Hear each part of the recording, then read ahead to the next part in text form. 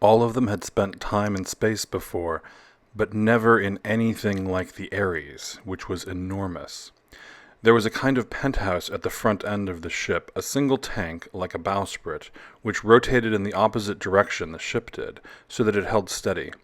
Solar watch instruments, radio antennas, and all the other equipment that worked best without the rotation were located in this tank, and at the very tip of it was a bulbous room of transparent plastic, a chamber quickly named the Bubble Dome, which provided the crew with a weightless, non-rotating view of the stars and a partial view of the great ship behind it.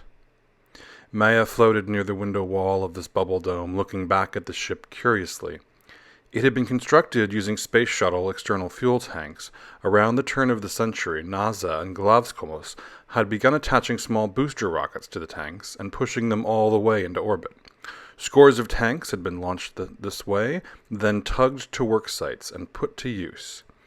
With them they had built two big space stations, an L5 station and a lunar orbit station, the first manned Mars vehicle, and scores of unmanned freighters sent to Mars.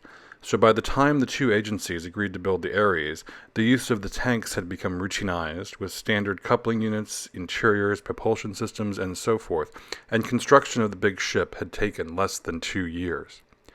It looked like something made from a children's toy set, in which cylinders were attached at their ends to create more complex shapes, in this case 8 hexagons of connected cylinders, which they called toruses, lined up and speared down the middle by a central hub shaft made of a cluster of 5 lines of cylinders.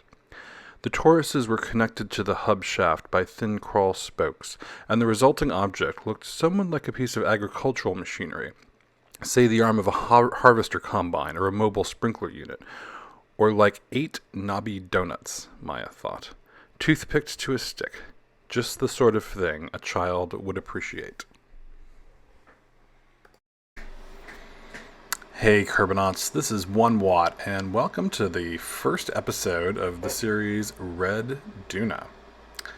Red Duna is a recreation of Kim Stanley Robinson's Red Mars and the Ares mission described in the book. This first video here, we're putting together the Bubble Dome, which I just read you the descriptive passage of from Red Mars. And of course, Kerbal Space Program has some limitations, so we don't have a big plastic piece, but we do have the cupola module. And attached to that is a hitchhiker storage container. And so you see already we have a pretty good sized spaceship here. There's room for 5 Kerbals. As you can see, I'm building it out with all of the sensors and bits and pieces described in the part there. Also some lights, because we're going to be putting a lot of tanks around it. We want them lit up to see them. One of the things that I like to keep in mind when I'm doing large construction like this is every part of your ship or station kind of needs to be able to hold its own. So it's important that you find that you have power and storage and steering and control. All of those things have to sort of be accounted for.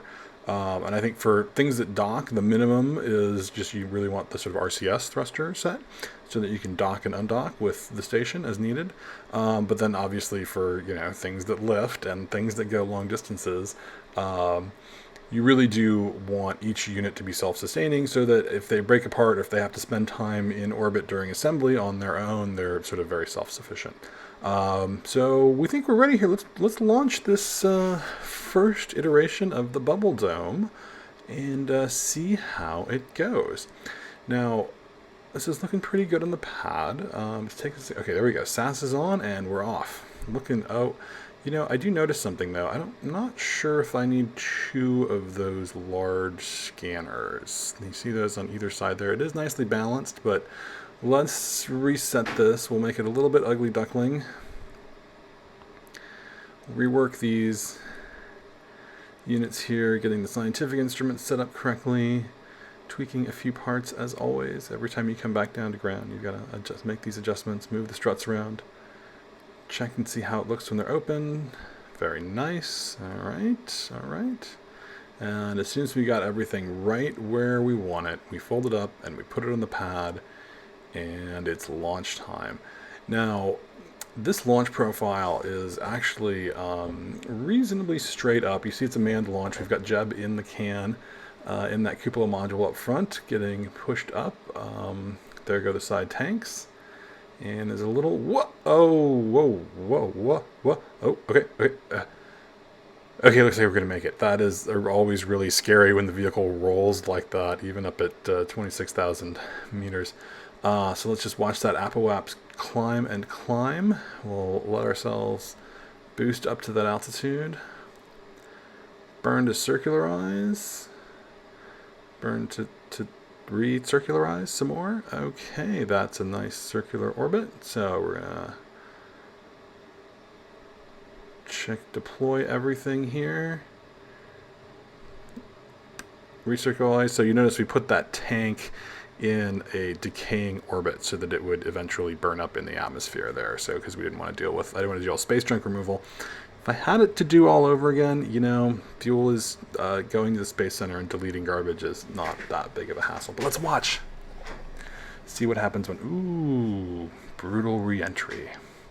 So here it is, the first section of the Ares. Now, the Ares is a big, big ship, but every big ship starts someplace. And thank you all for joining us for episode 1 of Red Duna. I am 1 Watt, and don't forget to aim for the stars.